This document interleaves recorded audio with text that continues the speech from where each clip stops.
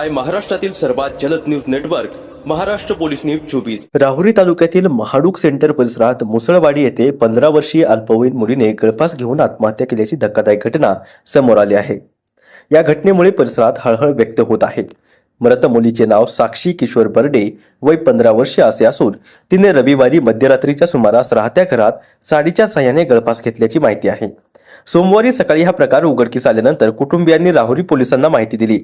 घटनेची माहिती मिळताच पोलीस हवालदार जयदीप बडे आणि शेषराव कोटे यांनी घटनास्थळी धाव घेतली। रुग्णवाहिका चालक रवींद्र देवगिरे यांच्या मदतीने साक्षीला राहुरी येथील रुग्णालयात नेण्यात आले, मात्र वैद्यकीय अधिकाऱ्यांनी तिला उपचारापूर्वीच मृत घोषित केले।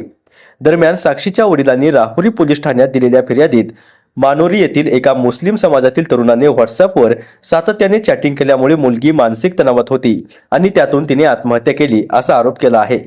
तसेच संबंधित तरुणाविरोधात गुन्हा दाखल करण्याची मागणीही त्यांनी केली आहे। मात्र हा आरोप वडिलांच्या फिर्यादीतील दावा असून त्याबाबतचा अंतिम निष्कर्ष अद्याप पोलीस तपासातून समोर आला नाही।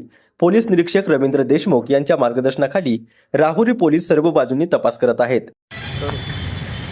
माझं नाव किशोर दशरथ बर्डे।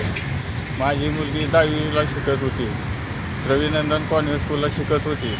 ते मोबाईलमध्ये असे काहीतरी चॅटिंग झाली एका पोरासोबत।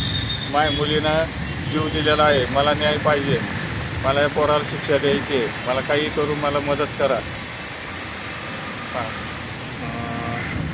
मुलगा आपलं मानुरीचा आहे, मुसलमानाचा आहे, दराशीचा आहे, काय म्हणते तू वाघवाल्याचा काय मुलगा नाव आहे त्याचं? आपलं नाव त्याचं मला नाही सांगता यायचं। काय केलं त्यांनी? ते मोबाईलवर चॅटिंग केली। आज माझी मुलगी फाशी घेऊन मिळाली। काय चॅटिंग केली ती मला नाही सांगता यायचं, पण आता ते मोबाईल माझ्या मम्मीकडे होता। ते मोबाईल मम्मीकडनं आला की त्याच्यामध्ये कळलं मला की काय झालं, कशामुळं एवढ्या मायापुरीने रिक्षा घेतली। माझी मुलगी आत्ताशी 10वीला गेलेली होती, तिचं वय नाही काय नाही, कसं काय एवढं तिनं हे घेतलं? तुमचा कोणावर आरोप आहे? मला त्या मुलावरच मला वाटत हो असं। आता घरचा तिला त्रास नव्हता, काही नव्हता, मला ते मुलामुळंच वाटवं राहिलं तसं। शाळेचं काय?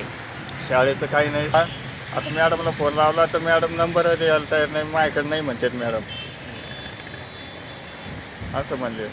पोलिसांची काय भूमिका आहे, तुमचं काय म्हणणं आहे? आता पोलिस म्हणले तुम्ही त्या पोराचं नाव, मोबाईल नंबर आणा आणि केस दाखल करून द्या।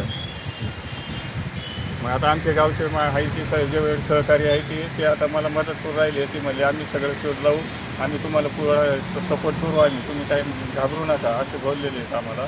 मग त्याच्यामुळे पण आता आम्ही इथंच थांबलो। मुलगा कुठला आहे? मानवरी।